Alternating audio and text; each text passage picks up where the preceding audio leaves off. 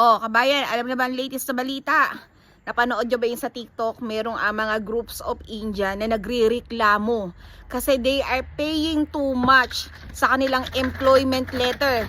You know how much they paid? Yung aso kong kulit, bubukas ang pintuan. They paid $20,000 just to get the employment letter para maging PR sila. The thing is, na-deny pa yung employment letter nila do sa sa PR application nila.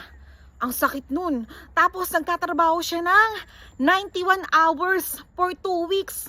Tapos hindi binabayaran ng employer yung buong weeks na yung buong 91 hours na yun, only 85 hours ang binabayaran. OMG. No wondering. No wondering. So, no wondering, nagtataka kayo bakit wala mga trabaho yung mga ibang Canadians kasi napupunta sa mga Indian. Kasi yung mga employer, nagkakaroon sila ng mga pera dun.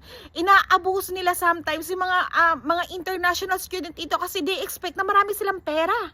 Diba? Which is not. Napanood nyo ba yung babae nag-i-struggle talaga? Sobrang struggle. Papanood ko yung video, wait.